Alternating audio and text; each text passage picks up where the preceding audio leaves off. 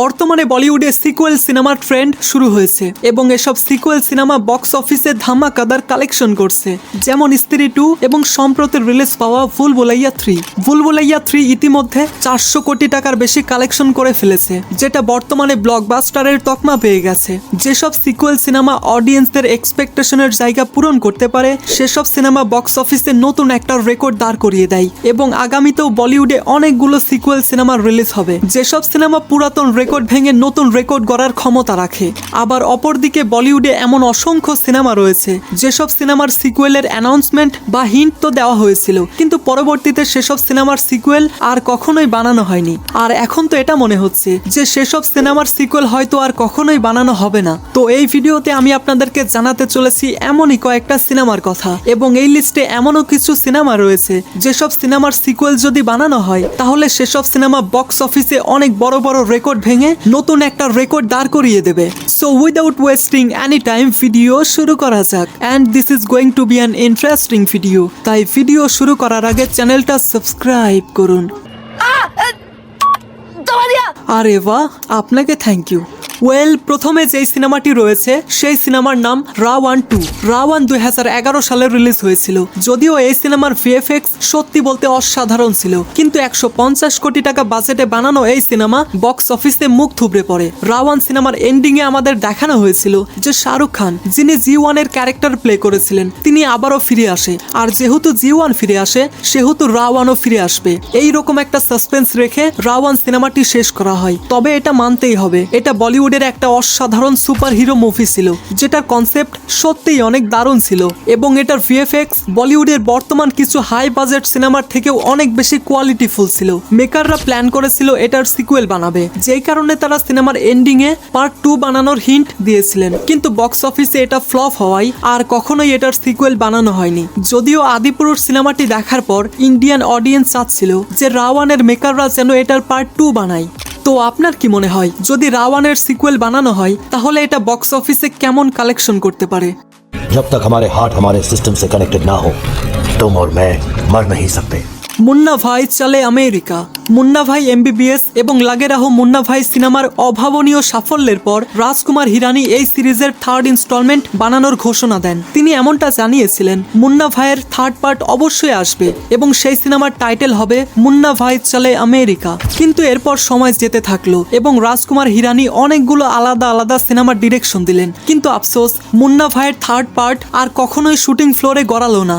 আর বর্তমানে এই সিনেমার কোনো টপিক নিয়ে রাজকুমার হিরানিকে কোনো ধরনের আলোচনা করতেও দেখা যায় না। সেই হিসেবে মনে হয় এই সিনেমার 3rd পার্ট হয়তো আর কখনোই বানানো হবে না। মুন্না ভাই এমন একটা সিনেমা যেই সিনেমায় 2টা আইকনিক ক্যারেক্টার রয়েছে, মুন্না ভাই এবং সার্কিট। ইন্ডিয়ার মধ্যে মুন্না এবং সার্কিট এই 2 ক্যারেক্টার কতটা জনপ্রিয় সেটা হয়তো আপনাদের অজানা নয়। আপনাদেরকে একটা গুড নিউজ দিয়ে যাই, অক্ষয় কুমারের ওয়েলকাম টু দ্য জঙ্গল এই সিনেমায় মুন্না এবং সার্কিটকে আরো একবার একসঙ্গে দেখতে পাবেন। वो बाहर कैजुअलिटी में कोई मरने की हालत में रहा तो उसको फॉर्म भरना जरूरी है क्या? তালিকার পরবর্তী নাম পিকে 2। পিকে সিনেমার এন্ডিং এ আমাদের পিকে 2-র সরাসরি হিন্ট দেওয়া হয়েছিল, যেখানে দেখানো হয়েছিল পিকে তার গ্রহ থেকে তারই মতো আরেকটা এলিয়েনকে তার সঙ্গে পৃথিবীতে নিয়ে আসে, যেই ক্যারেক্টার প্লে করেছিলেন রণবীর কাপুর। আই থিঙ্ক এটাই বলিউডের প্রথম এমন একটা সিনেমা যেই সিনেমার মাধ্যমে পোস্ট ক্রেডিট সিনের প্রচলন শুরু হয়েছিল। পিকে সিনেমার এন্ডিং এ যখন আমির খান রণবীর কাপুরকে পৃথিবীতে নিয়ে আসে, তখন অডিয়েন্স 100% শিওর ছিল যে এটার পার্ট 2 অবশ্যই আসবে, কিন্তু আফসোস এই সিনেমার রিলিজের 10 বছর পার হয়ে গেলেও এটার সিকুয়েল এখন পর্যন্ত আসেনি। যদি পিকে 2 সিনেমা বানানো হয় তাহলে সেখানে আমরা রণবীর কাপুর এবং আমির খানকে একসঙ্গে দেখতে পাবো।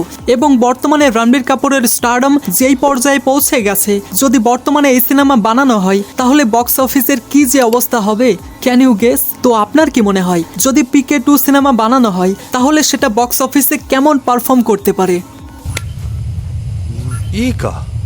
Self defence. গো গোয়াগন 2। গো গোয়াগন হয়তো বলিউডের প্রথম এমন সিনেমা যার মধ্যে আমরা জম্বি অ্যাপোক্লিপ্ট দেখতে পেয়েছিলাম, এবং এই জম্বি বেসড সিনেমাটি বানিয়েছিলেন রাজ অ্যান্ড ডিকে, যারা Farzi, family man, a gentleman, happy ending, guns and Gulaabs এবং সম্প্রতি রিলিজ পাওয়া সিটাডেল হানিবানি সিরিজ বানিয়েছেন। রাজ অ্যান্ড ডিকে গো গোয়াগন সিনেমাটি এত এন্টারটেইনিং ওয়েতে বানিয়েছিলেন যে এই সিনেমাটি আপনি যখনই দেখেন না কেন আপনার কাছে প্রথমবারের মতোই এন্টারটেইনিং লাগবে। রাজ অ্যান্ড ডিকে অনেকবার এই সিনেমার সিকুয়েলের অ্যানাউন্সমেন্ট করেছিল, কিন্তু আফসোস আজ পর্যন্ত এই সিনেমার সিকুয়েল বানানো হয়নি এবং বর্তমান সময়টাতে এসে মনে হচ্ছে আর হয়তো এটার সিকুয়েল আমরা দেখতে পাবো না, কেননা রাজ অ্যান্ড ডিকে বর্তমানে অনেকগুলো প্রজেক্ট নিয়ে ব্যস্ত সময় পার করছেন। আপনাদের কাছে একটা কথা শেয়ার করি, গো গোয়া গন এই সিনেমাটি আমি জি সিনেমাতে দেখেছিলাম। তো আপনি কি এই সিনেমাটি দেখেছেন? अब जंगल के बीच में डम शराट तो नहीं खेलूंगा ना। हर सिग्नल का एक ही मतलब होता है, खतरा है। ওয়েল, তালিকার শেষে রয়েছে চাঁদনি চক টু আফ্রিকা। এটা 2009 সালে রিলিজ হওয়া চাঁদনি চক টু চায়নার সিকুয়েল হওয়ার কথা ছিল। আমি যখন চাঁদনি চক টু চায়না এই সিনেমাটি টিভিতে প্রথমবার দেখেছিলাম, তখন আমার এই সিনেমাটি ভীষণ পছন্দ হয়েছিল। এই সিনেমাটির অবস্থা রাওয়ানের মতো হয়েছে। স্টোরি প্লট বা কনসেপ্ট তো অনেক সুন্দর, কিন্তু তবুও বক্স অফিসে ডিজাস্টার হয়, যার ফলে এটার সিকুয়েল আর কখনোই বানানো হয়নি। চাঁদনি চক টু চায়না সিনেমার এন্ডিংয়ে আমাদের এটার সিকুয়েলের অ্যানাউন্সমেন্ট দেখানো হয়, কিন্তু আফসোস এখন পর্যন্ত সিকুয়েল আসলোই না।